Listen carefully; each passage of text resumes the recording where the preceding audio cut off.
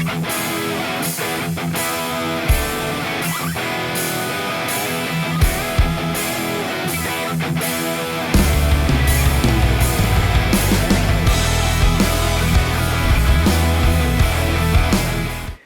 to the channel, everyone.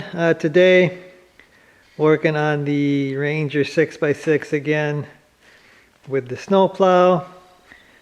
Today I'm going to try to get the power angle on this thing. KFI makes a kit. They want like $900 for it. I was online on YouTube, found someone that used, I believe it's the Cycle Country kit. I'll post the part number of that kit, guys, but I don't think you're gonna find it. I think I got the last one off eBay. But anyway, it comes with two of these electric over hydraulic pumps. Or I should say electric over hydraulic actuators. There's one of them. I got another one on the bench I'm going to show you. But it comes with two of those and then two kits to wire those up. The easier way would be to go with the KFI kit, but I picked this this kit up for like $5.50, and I think I'm going to take my other actuator and I'm going to use it for my 3-point on the back of this. Possibly, if I get sick of the winch here, I might see if I can't do it lift maybe with the actuators, but we'll see. I'm gonna go to the bench here and we'll see what I got. Okay, so here's the electric over hydraulic actuator, I guess you would call this. This is fully extended right now. I believe it's got an 8-inch stroke on it. I believe this is the exact same deal that KFI is using. I believe they bought Cycle Country, and like I said, this is a Cycle Country part. This is actually for their V-plow. There's two actuators because you actuate each side of the V-plow. Whether or not you can find the V-plow anymore, I don't know. But it comes with this. It's got wiring. You plug it in right here. It comes with a switch. It's got a relay, fuse. I've got it hooked up to battery temporarily to show you guys. I don't know if I can hold the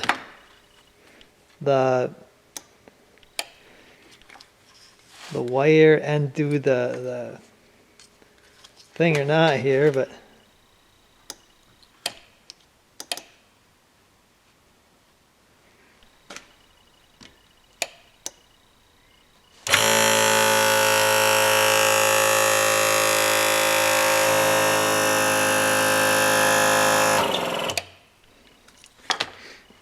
so it's pretty quick, pretty quiet compared to stuff I've heard before. So yeah, there it is. Pretty neat little setup here.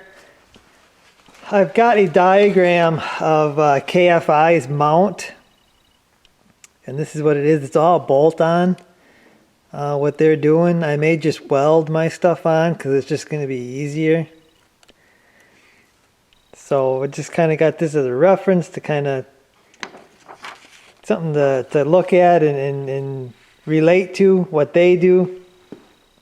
I did have to take off this, which is the little pin that locks it in the position straight or angled. There is a E-clip under this. That's what holds this in place. So I took that off because I don't need a lock on there once I have the actuator. So back to the Ranger here. I'm going to have to do some thinking and some figuring, guys. And once I figure something out, come up with a plan, I'll come back, show you what I got. And hopefully this won't take too long and I'll have some power angle. Okay, so this is what I've come up with to get this actuator or angle ram, whatever you want to call it, on the plow. So I've got this bracket actually tacked onto the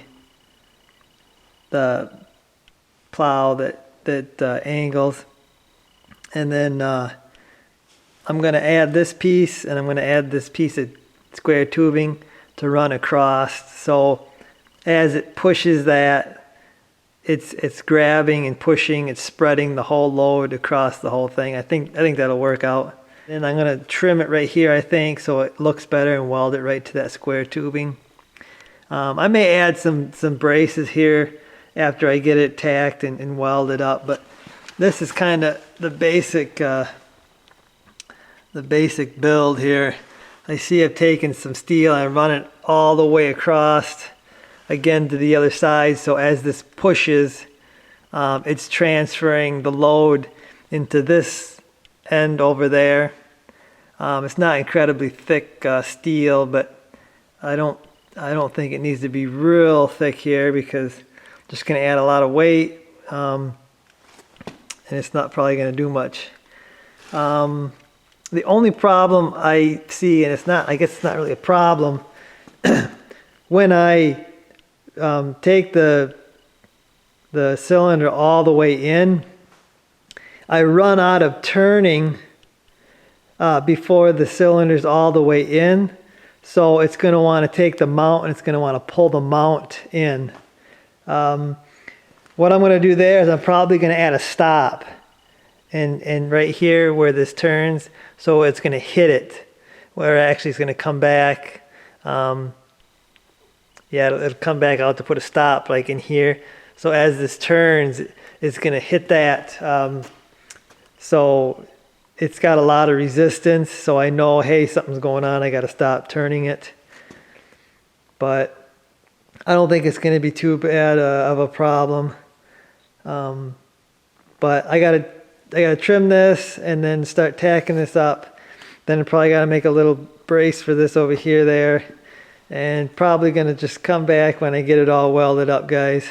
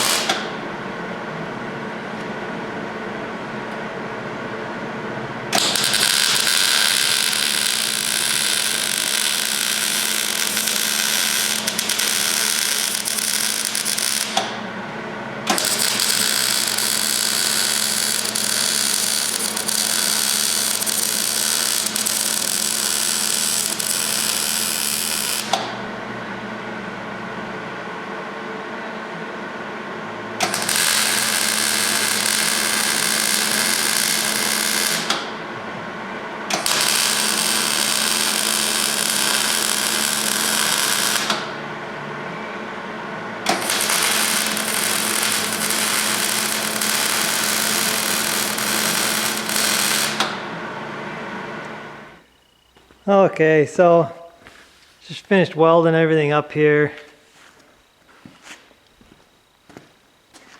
Come down here and I added this. Just took a piece of angle iron and added it to that piece there, and then I tied it into the side tubes.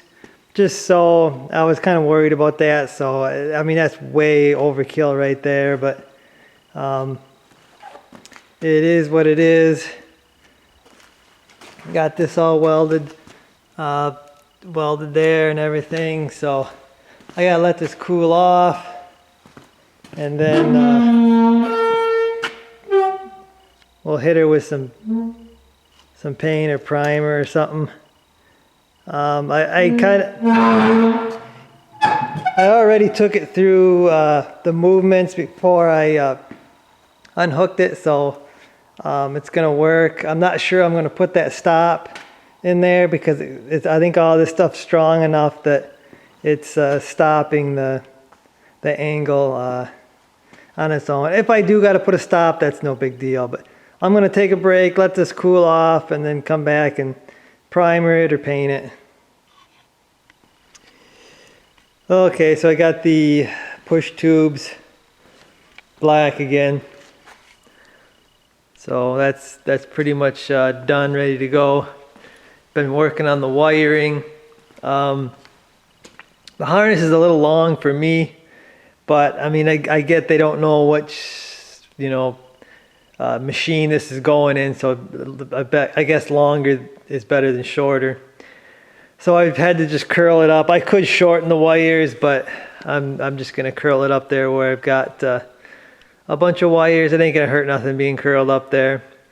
Pretty basic, positive, negative, and then a switched power source is what you need to hook this up.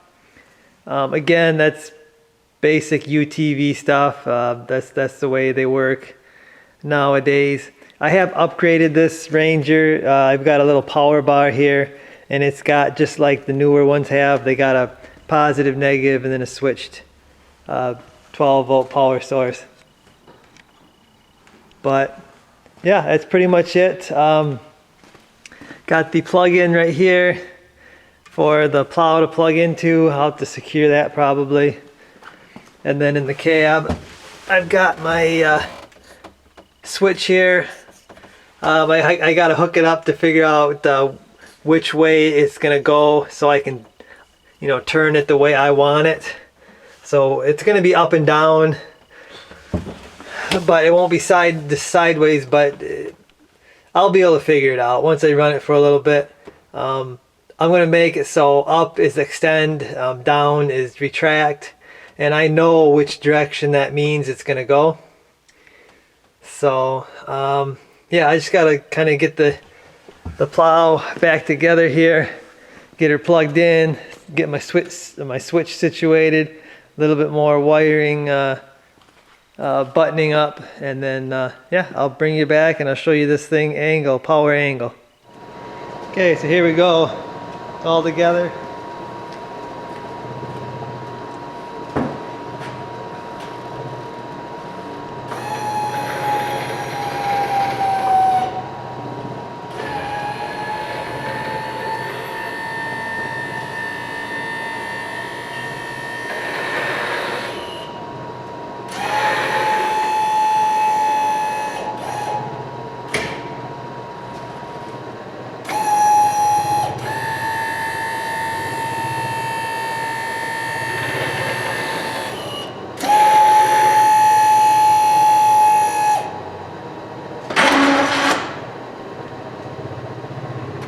So everything appears to be working just fine.